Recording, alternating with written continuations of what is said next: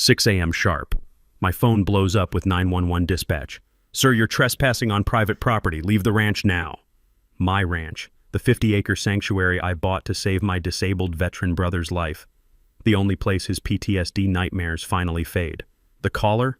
HOA tyrant Stella Worthington, raging that her spoiled son Trevor desperately needs my land for his custody battle. Using her 3 grandkids as pawns, demanding the deed by sunrise. What she didn't know, she's been harassing the county sheriff for months. Her darling boy? Midnight ATV raids, revving at 3 a.m. outside my brother's bedroom, shattering his rare peace. Smashed fences, slashed irrigation lines. When I confronted her about the damage, this entitled witch showed her true face. "Move along, trailer trash, you don't belong here." Every trespass, every insult, every threat, fully documented.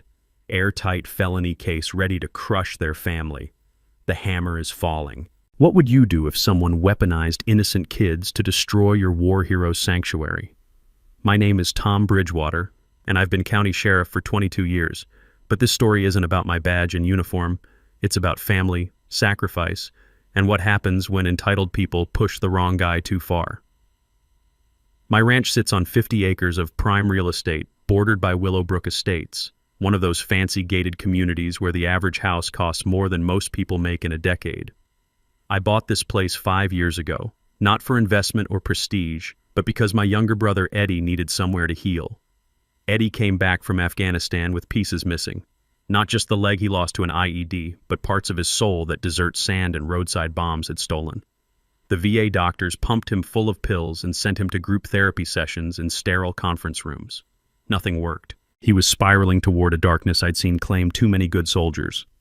Then we found this ranch. Something about the wide open spaces, the smell of hay drying in summer heat, the rhythmic sound of cattle moving through tall grass. It brought Eddie back to us. He started sleeping through the night without screaming. His hands stopped shaking when he worked with the horses. For the first time in 3 years, my little brother smiled. That's when Stella Worthington entered our lives like a Category 5 hurricane in designer heels. Stella runs the Willowbrook Estates HOA with the iron fist of someone who's never been told no in her entire privileged existence. She's got that particular brand of middle-aged entitlement that comes from marrying money and spending decades believing her law degree makes her queen of the universe. Her silver BMW never has a speck of dust on it, and she wears those oversized sunglasses that cost more than Eddie's monthly disability check. But it was her son Trevor who really set this whole mess in motion. 32 years old, recently divorced, and fighting for custody of 3 kids he'd barely paid attention to before his ex-wife finally got tired of his anger issues. The family court gave him 60 days to prove he could provide a stable family environment, which in lawyer speak meant he needed to stop living in his mother's pool house and find a real place to raise children. That's when they decided my ranch was exactly what Trevor needed. Never mind that it wasn't for sale. Never mind that Eddie and I had built a life there, that every fence post and barn beam represented hope for my brother's recovery. In Stella's world, people like us were just obstacles to be removed. The first sign of trouble came on a Tuesday morning in early March. I was feeding the horses when I noticed fresh tire tracks cutting through my east pasture. Someone had driven straight through my fence line, leaving a gap wide enough for cattle to wander onto the county road. The tracks led right up to the property boundary with Willowbrook Estates. I figured it was just some teenager joyriding, maybe took a wrong turn and panicked. Fixed the fence, reinforced it with extra posts, and thought that was the end of it. The sweet smell of fresh-cut lumber and the satisfying weight of the post-hole digger in my hands reminded me why I loved this physical work. It was honest, straightforward, nothing like the politics and paperwork that filled my days at the sheriff's department. That weekend, it happened again. This time, they'd cut the fence deliberately, using wire cutters to slice clean through 3 strands of barbed wire. Eddie found the damage during his morning walk, the routine that helped keep his anxiety in check. Watching him stand there, hands trembling as he stared at the destroyed fence, I felt something cold and dangerous settle in my chest. But I'm a cop, trained to gather evidence before making accusations, so I installed motion-activated trail cameras, the kind hunters use to track deer movements. Professional grade, infrared capable, with enough memory to record weeks of activity. If someone was messing with my property, I'd know exactly who, when, and how. The cameras caught everything. Trevor Worthington riding a red Yamaha ATV, cutting through my property at 2:17 a.m. like he owned the place. The infrared footage showed him weaving between my cattle, revving the engine loud enough to spook the horses, then stopping to take cell phone pictures of my barn and equipment shed. Not just passing through, actively surveying like he was planning something. I watched 3 nights of footage that told the same story.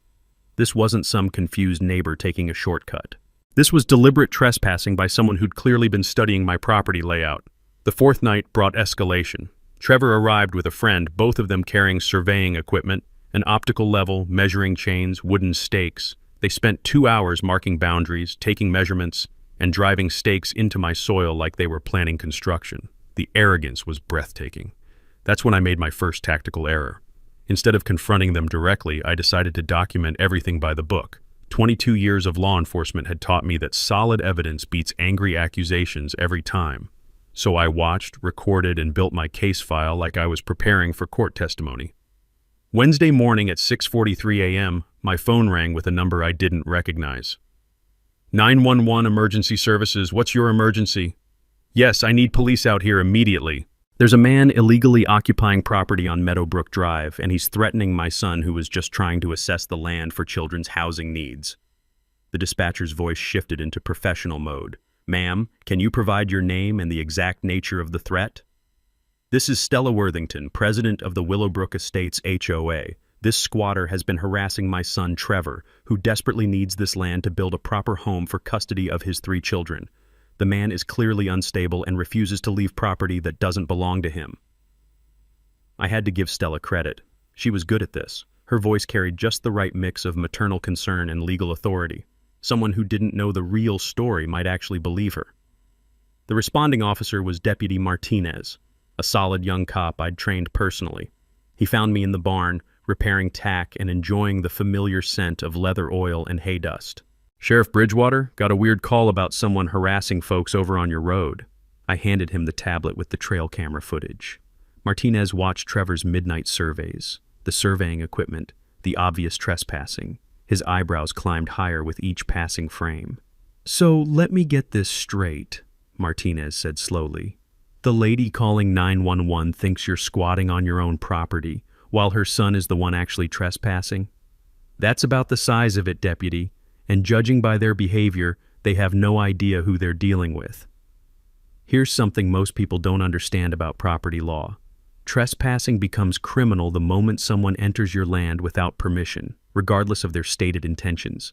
Even if Trevor genuinely believed he had legal rights to survey, which he didn't, conducting nighttime reconnaissance on someone else's property is clear-cut criminal trespass. The surveying equipment actually made it worse, demonstrating premeditation and intent to exercise unauthorized control over the land. Martinez shook his head. Want me to pay them a visit? Not yet. Let's see how deep this rabbit hole goes first. That afternoon brought the first mini twist. Eddie was checking the mail when a silver BMW pulled into our driveway.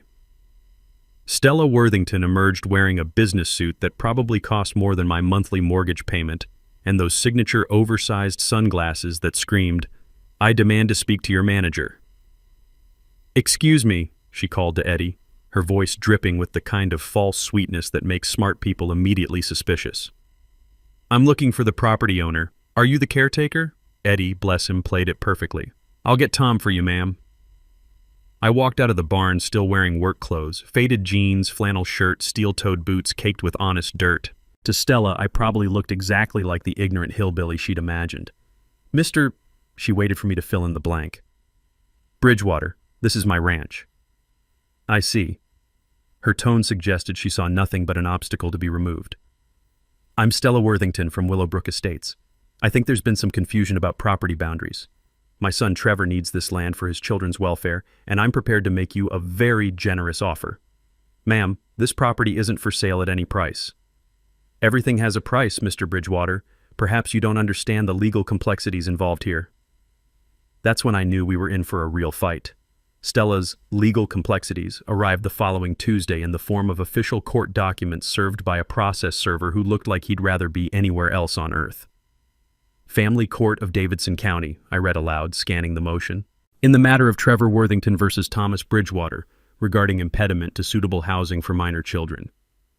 Eddie looked up from his coffee, the morning ritual that helped keep his anxiety managed. What's that mean in English? It means Stella's trying to use the family court system to steal our ranch. The motion was a masterpiece of legal manipulation wrapped in child welfare language. According to Stella's filing, Trevor needed my specific property to construct appropriate family housing for his custody arrangement. She claimed my refusal to negotiate was directly harming 3 innocent children by denying them a stable home environment. The really clever part was how she'd framed the geography. Stella had somehow convinced a family court judge that only my particular 50 acres would satisfy the custody requirements. Something about proximity to schools, environmental factors, and therapeutic rural setting that the children allegedly needed. I'd seen enough legal theatrics in my career to recognize masterful manipulation when I read it. Stella was using those 3 kids as human shields, betting that no judge would want to be the one who denied children a proper home. But here's what Stella didn't know. Family court judges deal with parental manipulation every single day. They develop finely tuned radar for detecting when someone is weaponizing children's welfare for personal gain. The court-ordered property evaluation arrived Thursday morning. Janet Morrison, a certified real estate appraiser, spent 3 hours walking every acre while I followed along answering questions. Interesting case, Morrison said as we stood near the eastern fence line. Usually these custody housing requirements are pretty flexible. Mind if I ask what makes this specific property so essential? That's what I'd like to know. Morrison had that professional demeanor that comes from years of navigating property disputes, but I caught her exchanging puzzled glances with her assistant when she thought I wasn't watching. The morning air carried the clean scent of dew-covered grass and that particular stillness that comes just before the world wakes up. Peaceful, honest, nothing like the legal games being played around us. Have you had any interactions with the petitioner or his family? I handed her a tablet loaded with trail camera footage. Morrison watched Trevor's midnight surveys, her professional expression shifting to something between alarm and disbelief. Mr. Bridgewater, this footage shows clear trespassing behavior. Have you filed charges? Not yet. I'm giving them rope to hang themselves with. Here's something most people don't realize about court-ordered property evaluations. The appraiser isn't just looking at market value or building suitability. They're also assessing whether the current situation involves harassment, intimidation, or other factors that might influence their recommendation. Documented evidence of trespassing and property damage creates what lawyers call adverse possession concerns, basically proving that one party is already acting like they own property that legally belongs to someone else. Morrison's report, filed 3 days later, was a thing of beauty. Professional, thorough, and absolutely devastating to Trevor's case. She'd documented not just my property's excellent condition and clear title, but also the concerning pattern of unauthorized access that suggested potential harassment of the current legal owner. That's when Stella made her second major escalation. Saturday morning brought 3 black SUVs rolling down my driveway like a presidential motorcade. Out stepped Stella, Trevor, and what I assumed was their legal team. 4 people in expensive suits carrying briefcases and attitudes. Trevor looked exactly like what central casting would order for entitled rich kid approaching middle age badly. Soft around the middle, designer jeans that had never seen honest work, and that particular brand of nervous aggression that comes from having mommy fight your battles your entire life. Mr. Bridgewater, Stella announced, this is my legal team. We're prepared to make you an offer you can't refuse. The lead attorney, a sharp-faced woman named Patricia Kellerman, stepped forward with documents already prepared. We're offering $2.5 million for immediate sale and 30 days to vacate. $2.5 million. For a property I'd bought for $600,000 just 5 years earlier. Either they were desperate, or they had plans that would make my ranch worth far more than anyone knew. Ma'am, I told you before, this property is not for sale.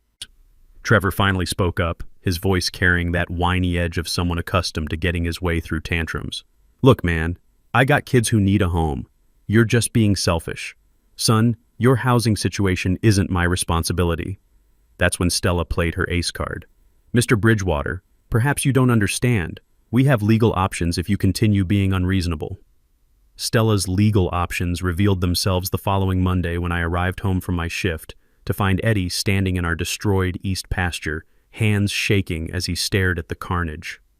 Someone had driven through my property with heavy equipment, not just an ATV this time, but something with serious weight and cutting power. Fence posts had been snapped at ground level, wire strands cut and tangled, and my main irrigation line severed in 3 places. Water sprayed from broken PVC pipes, turning sections of pasture into muddy swamps that smelled like diesel fuel and destruction. "Tom, they came in broad daylight," Eddie said, his voice carrying that tight control he used when fighting off panic attacks.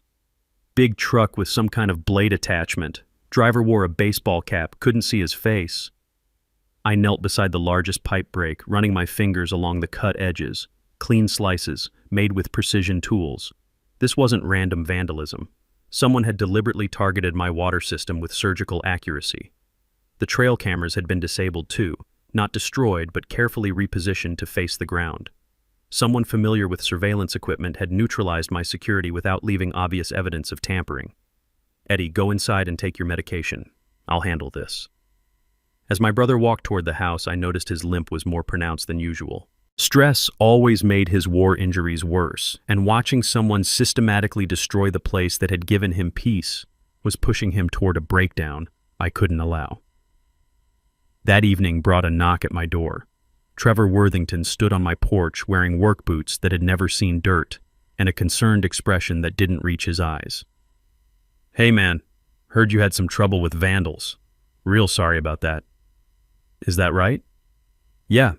My mom sent me over to see if you needed help with repairs. She feels terrible about what happened." The audacity was breathtaking.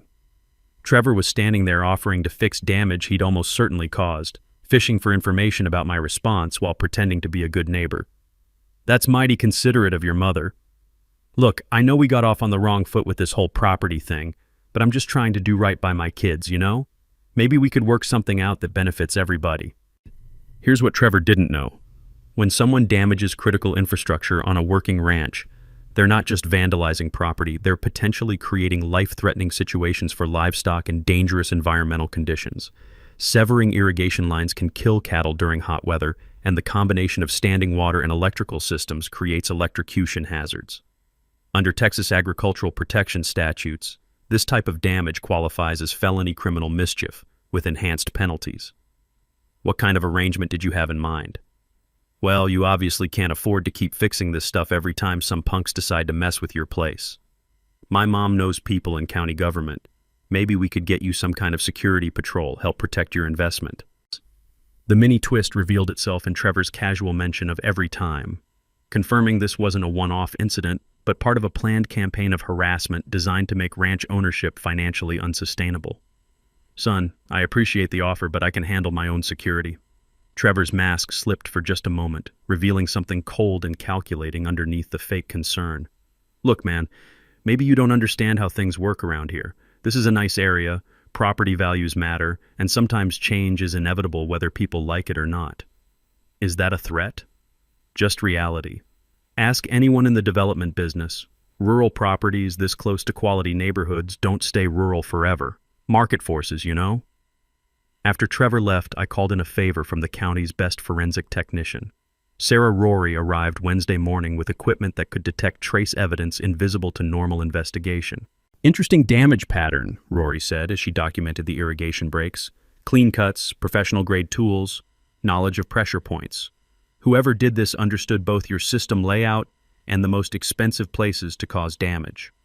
Her analysis confirmed my suspicions.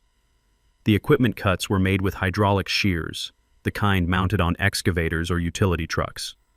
The positioning suggested someone had studied our infrastructure layout carefully before attacking the most vulnerable and costly to repair components. "Tom, this wasn't random vandalism.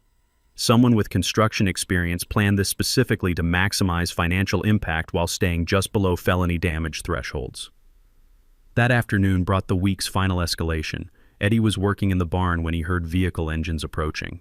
Through the window, he watched 3 pickup trucks circle my property, staying just outside the fence line but making their presence unmistakably clear.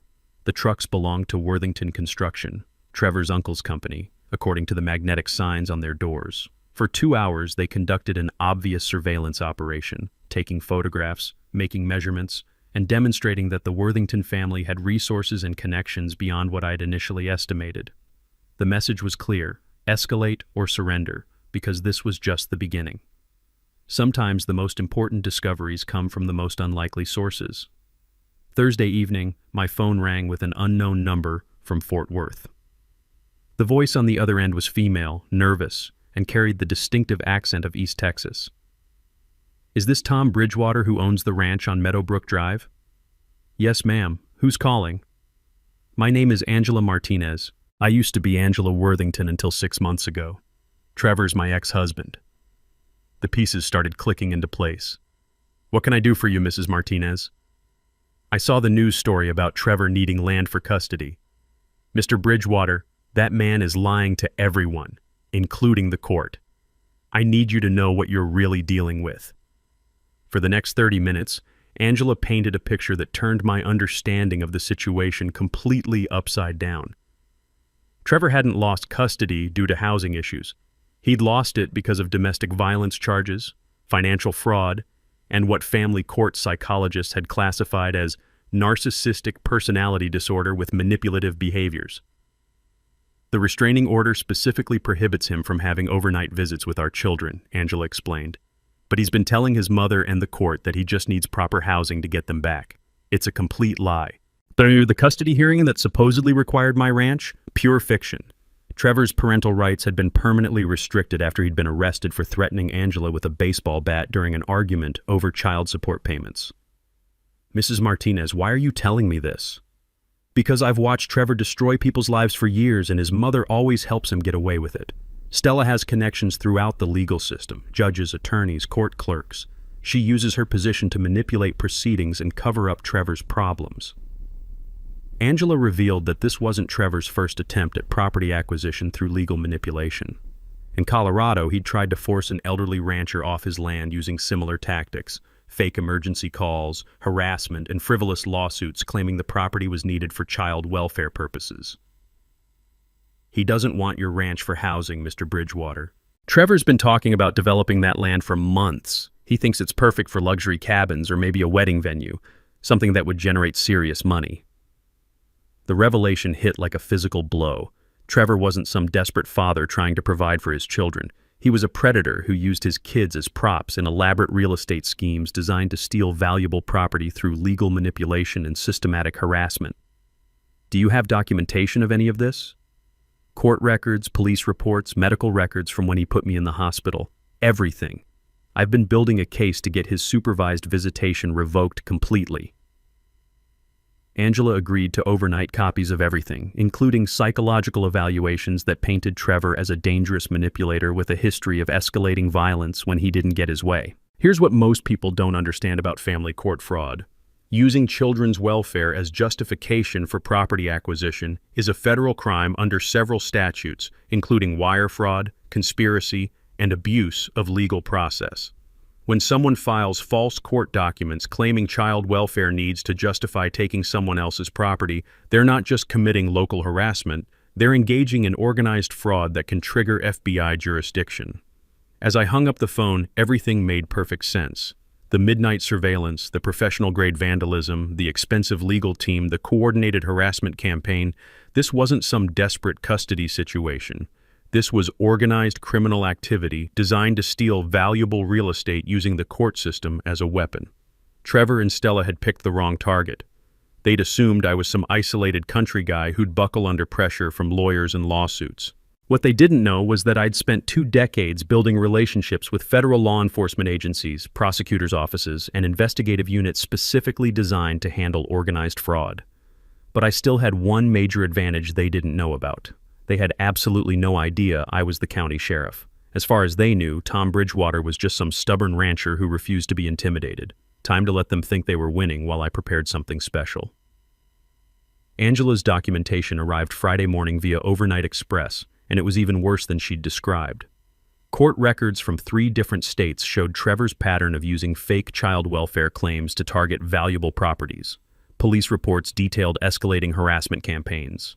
Medical records documented injuries he'd inflicted on Angela during their marriage. But the most damning evidence was a series of text messages between Trevor and his business partner discussing their real plans for my ranch. Luxury glamping site with high-end cabins, event venue for weddings and corporate retreats, and eventually subdivision development once they could get the land rezoned for commercial use.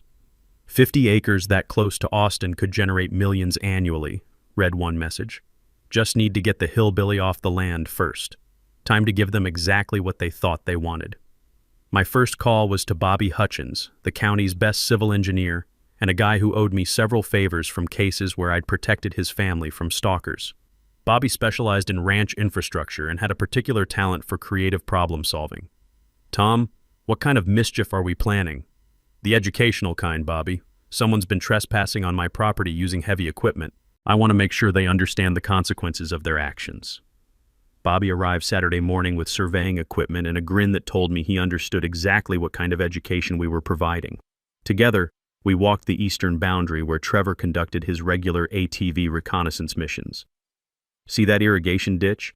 I pointed to the 8-foot-wide channel that carried water from our main well to the livestock tanks. Runs parallel to the fence line, about 6 feet from the property boundary. Perfect natural obstacle, Bobby agreed. What did you have in mind? Here's something most people don't know about rural engineering.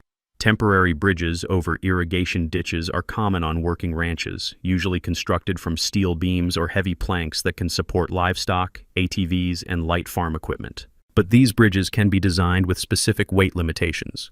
Strong enough for normal ranch use, but engineered to fail when subjected to loads they weren't designed to handle. Bobby's design was elegant in its simplicity. A collapsible bridge that would easily support my 400-pound ATV or a person on foot, but would collapse under the combined weight of Trevor's 650-pound Yamaha plus his 250-pound bulk. The collapse mechanism used tension cables and breakaway joints that would trigger when the load exceeded safe parameters. Weight limit calculations are based on distributed load factors and dynamic stress analysis, Bobby explained as we positioned the bridge components. Translation: it'll hold what it's supposed to hold and fail when someone exceeds design specifications. The bridge installation took most of Saturday, camouflaged to look like routine ranch maintenance. We positioned it over the narrowest section of the irrigation ditch, right where Trevor's tire tracks showed his regular crossing point. Sunday brought phase 2 of my preparation. I reached out to Angela Martinez and explained what I needed. Official documentation of Trevor's fraud pattern, court records showing his restricted parental rights, and most importantly, her willingness to testify about his real motives for targeting my property. Mr. Bridgewater, I've been waiting 3 years for someone to hold Trevor accountable. I'll testify, provide documents, whatever you need.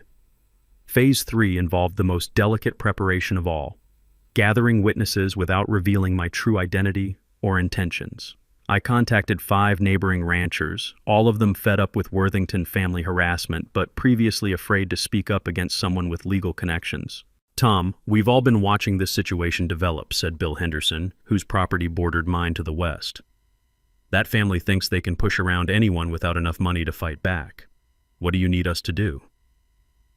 The final phase required equipment I normally used in my law enforcement role: professional-grade recording devices, evidence collection materials, and communication gear that would document everything in court-admissible quality. I also quietly arranged for Deputy Martinez to be on duty the following Saturday, positioned close enough to respond quickly when needed, but far enough away to avoid spooking Trevor into changing his routine. By Thursday, everything was in position. The bridge sat innocently over the irrigation ditch, looking like it had been there for years. Trail cameras were repositioned to capture multiple angles of the crossing point. Recording equipment was tested and ready. Eddie had noticed the preparations and asked direct questions about my intentions. I explained the situation honestly. Trevor was going to trespass one more time, encounter a completely legal defensive obstacle on my property, and face the consequences of his choices in front of witnesses who could testify about his behavior. Just promise me something, Tom. Don't let this destroy what we've built here. Eddie, what we're doing is protecting what we've built. Sometimes you have to stand up to bullies, or they never stop pushing. Saturday night was forecast to be clear and warm. Perfect weather for ATV riding. Trevor hadn't missed a weekend reconnaissance mission in 6 weeks. Time to see if he'd maintain his perfect attendance record. Friday afternoon brought Stella's most desperate gambit yet, and it arrived in the form of a personal visit that reeked of expensive perfume and barely controlled panic. I was repairing fence in the south pasture when her silver BMW crunched down my gravel driveway, followed by a black Mercedes that probably cost more than Eddie's annual disability payments. The afternoon sun caught the metallic paint as both vehicles parked with military precision near my front porch. Stella emerged wearing what I'd learned to recognize as her serious negotiation outfit, navy blue business suit, minimal jewelry, and an expression that suggested she'd rather be performing root canal surgery on herself. The Mercedes disgorged 2 passengers, a heavy-set man in an expensive suit who moved like hired muscle, and a sharp-faced woman carrying a briefcase that screamed high-end legal representation. "Mr. Bridgewater," Stella called across the yard, "we need to discuss your situation urgently." I set down my wire stretchers and walked over, still wearing work gloves stained with honest dirt and sweat. The contrast between their corporate armor and my rancher's uniform was probably exactly what Stella had hoped for. Intimidation through obvious wealth disparity. "Afternoon, Mrs. Worthington. What brings you by?" The sharp-faced woman stepped forward with the confident aggression of someone accustomed to winning through paperwork and legal threats. "Mr. Bridgewater, I'm Victoria Walsh, representing the Worthington family interests. We're prepared to make you a final offer." She opened the briefcase with theatrical precision, revealing documents that had clearly been prepared by teams of lawyers billing at premium hourly rates. The top sheet showed numbers that made my rancher persona almost choke on surprise. $3.7 million, Walsh announced. "Cash settlement, 30-day closing, all legal fees paid by our clients. This represents fair market value plus a substantial premium for your inconvenience."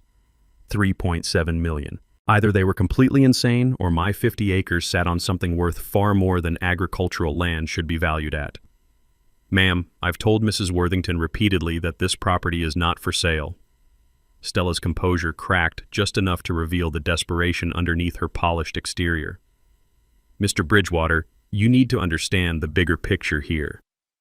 My son's children are depending on this arrangement.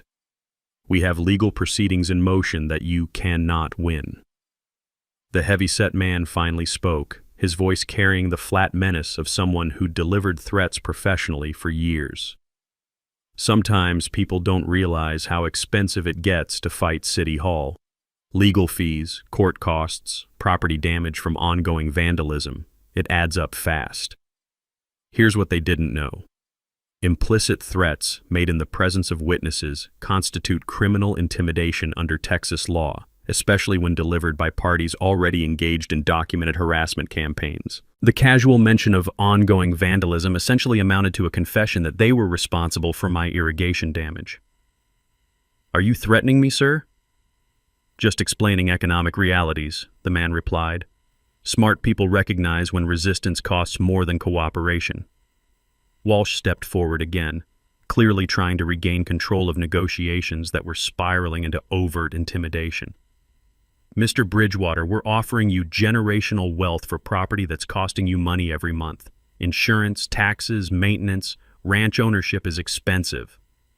And if I decline this generous offer," Stella's mask slipped completely, "then you'll discover exactly how expensive it gets to fight people with unlimited resources and excellent legal connections.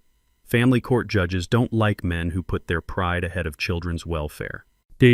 The mini twist revealed itself in Stella's slip about unlimited resources, confirming that this wasn't just about Trevor's housing needs, but about a much larger financial operation with serious money behind it. "Mrs. Worthington, I think you've mistaken me for someone who can be intimidated by lawyers and veiled threats." "We'll see about that," she snapped, abandoning all pretense of polite negotiation. "Victoria, show him the alternative."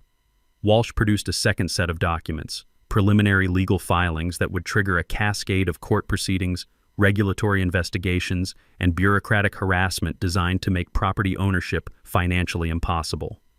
"Eminent domain petition for public utility expansion," Walsh explained with obvious satisfaction. "Environmental impact studies requiring expensive soil testing. Zoning compliance reviews that could take years to resolve. agricultural exemption challenges that would triple your property tax burden. The scope of their planned legal assault was breathtaking. A coordinated attack using multiple government agencies and court systems to drown me in proceedings that would cost hundreds of thousands to defend against. Of course, all of these proceedings disappear if you accept our reasonable offer, Stella added. Your choice, Mr. Bridgewater, generational wealth or generational debt from fighting battles you cannot win. As their convoy disappeared down my driveway in a cloud of dust and arrogance, I realized they'd just made a critical tactical error. They'd revealed the full scope of their operation while still believing I was just some isolated rancher without resources to fight back. Tomorrow night would be very educational for everyone involved. Saturday evening arrived with the kind of perfect weather that makes Texas ranchers grateful to be alive. Clear skies, gentle breeze carrying the scent of wildflowers and cattle, temperature hovering in that sweet spot between warm sunshine and cool shadow. I was positioned in the barn loft with night vision equipment and recording gear, watching Trevor's regular approach route through infrared cameras. Eddie was safely inside the house with instructions to call Deputy Martinez at the first sign of trouble. At 11:47 p.m., headlights appeared on the county road, moving slowly like someone conducting surveillance before committing to action.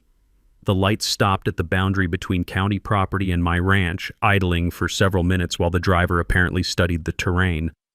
Then the engine note changed, deeper, more powerful than Trevor's usual ATV. Through night vision, I watched a side-by-side utility vehicle approach my eastern fence line, this one carrying 2 occupants instead of Trevor's normal solo reconnaissance missions. The passenger was Trevor, unmistakably recognizable even in infrared. But the driver was someone new, a larger man wearing work clothes and a baseball cap, moving with the confidence of someone accustomed to operating heavy equipment in challenging conditions. They parked 50 yards from my property line and spent 20 minutes conducting what appeared to be a detailed planning session, using flashlights to study hand-drawn maps and pointing toward specific locations on my ranch. "This is it," I heard Trevor's voice carry across the still night air. "Hit the irrigation main first, then the electrical feed to the barn. Make it look like equipment failure, not sabotage." The mini-twist revealed itself when the driver responded, "Your mom's paying me good money for this, but if anyone asks, I was never here. This is the last time, understand? After tonight, find another way to solve your problems."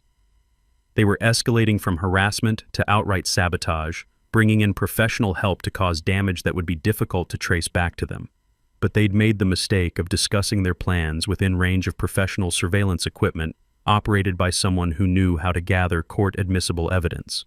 The driver unloaded serious equipment from the utility vehicle, hydraulic cutters, trenching tools, and what appeared to be electronic devices designed to overload electrical systems. This wasn't amateur vandalism. Someone had planned a systematic attack on my ranch's critical infrastructure. Trevor climbed onto his regular ATV while the driver moved toward my electrical service panel near the barn. They were coordinating a 2-pronged assault designed to cause maximum damage while maintaining plausible deniability about who was responsible. I activated my radio to alert Deputy Martinez. "Unit 7, this is Tom. We've got multiple suspects engaged in criminal activity at my location, requesting backup for apprehension." "Copy that, Sheriff. ETA 5 minutes. Through my night vision scope, I watched Trevor navigate his familiar route toward the irrigation crossing where Bobby's engineered bridge waited patiently for its first real test. The ATV's headlights swept across the landscape as Trevor accelerated toward what he thought was just another night of consequence-free trespassing. The bridge held perfectly as Trevor approached the crossing point, his ATV's weight still within the engineered tolerance limits.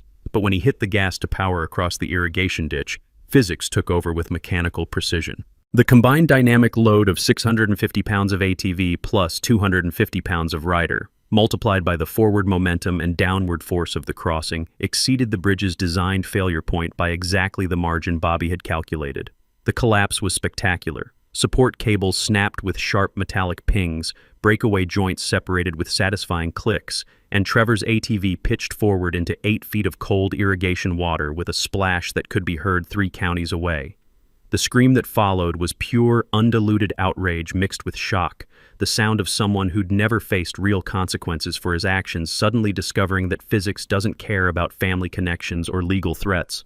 "Help! Somebody help me! I'm stuck!" The driver near my electrical panel heard the commotion and came running with a flashlight, probably expecting to find Trevor injured from an accident rather than trapped in a carefully engineered consequence for his criminal behavior. "Trevor, what happened?"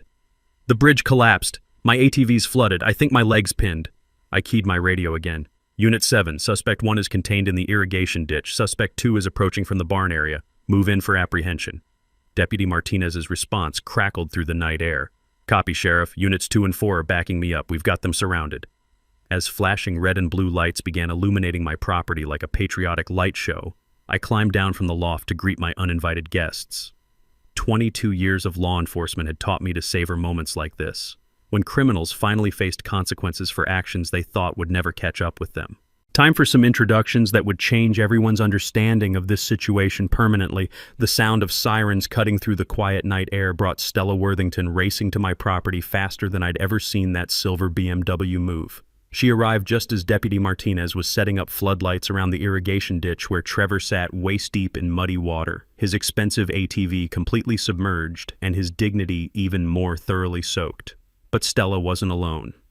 Following her BMW came a convoy of vehicles that turned my rural ranch into something resembling a media circus. Black Mercedes carrying the Worthington family's legal team, white news van from Channel 7 after someone had apparently called in a breaking story about rural property harassment, and 3 additional patrol cars responding to Deputy Martinez's backup request.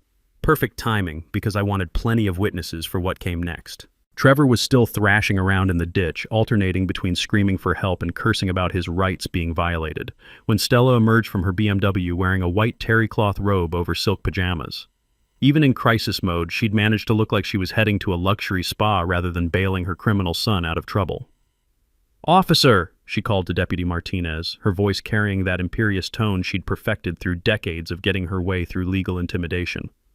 "I demand you arrest the man responsible for this booby trap. My son was conducting legitimate property assessment when he was injured by this criminal's negligence."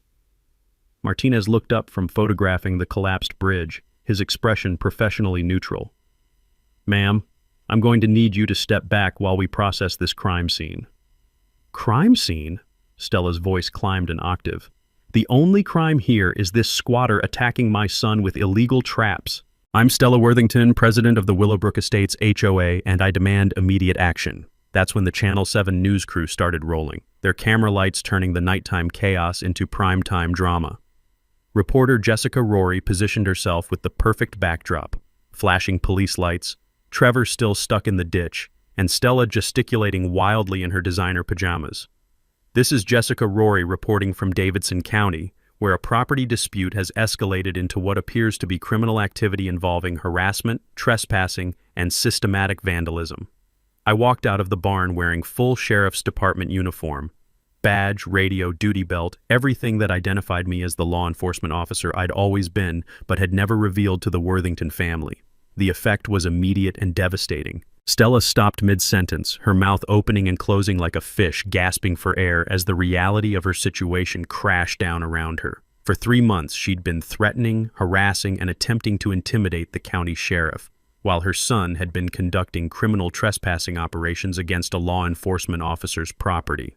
"Mrs. Worthington," I said in my official capacity, loud enough for the news cameras to capture every word. "I'm Sheriff Tom Bridgewater. Your son is under arrest for criminal trespass, destruction of property, and conspiracy to commit vandalism. You're being charged as an accessory for organizing and financing these criminal activities." The silence that followed was broken only by the sound of Trevor splashing in the irrigation ditch and the mechanical whir of news cameras capturing his mother's complete mental breakdown in high definition. You're the sheriff?" Stella's voice had shrunk to barely a whisper. "Yes, ma'am. Have been for 22 years. Every false 911 call you made, every harassment campaign you organized, every threat your legal team delivered, all of it was directed at a county law enforcement officer. That elevates these charges to felony level under Texas harassment statutes." Deputy Martinez was already reading Trevor his rights as additional officers helped extract him from the ditch, his expensive clothes now resembling something dredged from a swamp. The hydraulic cutting tools and electrical sabotage equipment provided clear evidence of premeditated criminal activity. But the real knockout punch came when Jessica Rory thrust her microphone towards Stella for comment. "Mrs. Worthington, how do you respond to allegations that your family has been conducting a systematic harassment campaign against a county sheriff?" Stella looked directly into the camera, her carefully constructed public image collapsing in real time. We thought he was just, we had no idea. Are you saying your family has been filing false police reports and threatening property destruction without bothering to identify the property owner? Angela Martinez chose that moment to arrive, carrying a briefcase full of documentation that would destroy any remaining sympathy for Trevor's child welfare narrative. The news cameras captured her emotional testimony about Trevor's real history, the domestic violence, the custody restrictions, the pattern of using fake emergencies to steal valuable property. Trevor Worthington has no legal right to custody of our children, Angela declared. This entire harassment campaign was designed to steal valuable land for commercial development, using innocent children as props for real estate fraud.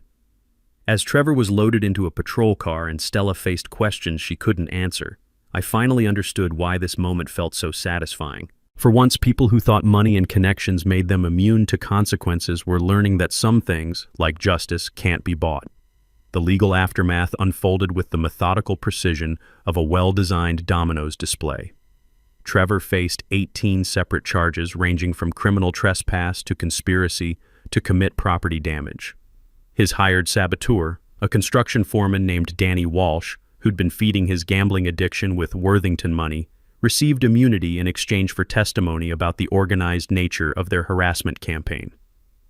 Stella's legal troubles proved even more complex. Her law license faced suspension proceedings for filing fraudulent court documents, while federal investigators opened cases for wire fraud and conspiracy charges related to the fake child welfare claims. The State Bar Association was particularly interested in how she'd used her position as an HOA president to coordinate harassment against a law enforcement officer. But the sweetest justice came through financial consequences that hit the Worthington family where it hurt most: their wallets. My civil lawsuit generated a settlement that covered $18,000 in property damages, $50,000 in punitive damages for harassment, and an additional $75,000 in legal fees and emotional distress compensation for Eddie's PTSD treatment. The total came to $143,000, paid directly from Stella's personal accounts after Trevor's assets were seized to cover his criminal restitution. More satisfying than money was watching the Worthington family's social destruction play out in public. The Channel 7 news story went viral, generating over 2 million views on YouTube and spawning dozens of copycat stories about HOA abuse and entitled behavior. Stella became the poster child for everything people hate about petty authority figures who think rules don't apply to them. The Willowbrook Estates HOA board voted unanimously to remove Stella from all positions, elected new leadership committed to actual community service rather than personal power trips, and issued a formal apology to our family for the harassment we'd endured. Trevor disappeared from the area entirely after serving 90 days in county jail, reportedly moving to Florida where his criminal record would be less well known. Angela Martinez successfully petitioned for permanent termination of his parental rights, finally giving their 3 children the security they'd never had, while Trevor could manipulate the system. But the real resolution came in smaller, more personal victories that money couldn't measure. Eddie's recovery accelerated dramatically once the harassment ended. Without the constant stress of defending our sanctuary, he was able to focus on healing work that had been interrupted by months of anxiety and sleepless nights. The ranch became peaceful again, filled with the sounds of cattle moving through grass and horses snorting contentedly in morning pastures. 6 months later, Eddie approached me with an idea that transformed our property into something even more meaningful than we'd imagined. Using his military contacts and my law enforcement connections, we established the Bridgewater Ranch Veterans Recovery Program, a nonprofit organization providing rural therapy environments for combat veterans struggling with PTSD and related trauma disorders. The program operates on 50 acres of Texas hill country, where the biggest sounds are cattle lowing and wind moving through oak trees, where men and women who've seen too much violence can remember what peace feels like. We've helped 37 veterans in our first year with waiting lists that extend months into the future. The irrigation ditch where Trevor met his consequences became something of a legend among local law enforcement officers, who occasionally drive by to see the spot where entitled privilege finally faced engineering reality. We rebuilt the bridge properly this time, strong enough to support anything that has legitimate business crossing our property. Angela Martinez brings her children to visit occasionally, and it's remarkable watching kids who spent years walking on eggshells around their father finally experience what normal family stability looks like. They love feeding horses and collecting eggs from our chickens, simple country pleasures that remind everyone involved why this land was worth defending. Every evening, Eddie and I sit on the front porch watching sunset paint the western sky in shades of gold and crimson, drinking coffee from mugs that taste like satisfaction, and listening to sounds that money can't buy: peace, security, and the knowledge that sometimes good people win when they refuse to give up. Thanks for hanging out with us on HOA Stories, where the HOA Karens meet their match. If this story had you cheering or cringing, go ahead and like the video, drop a comment with your reaction, and hit subscribe so you're ready for the next wild HOA tale.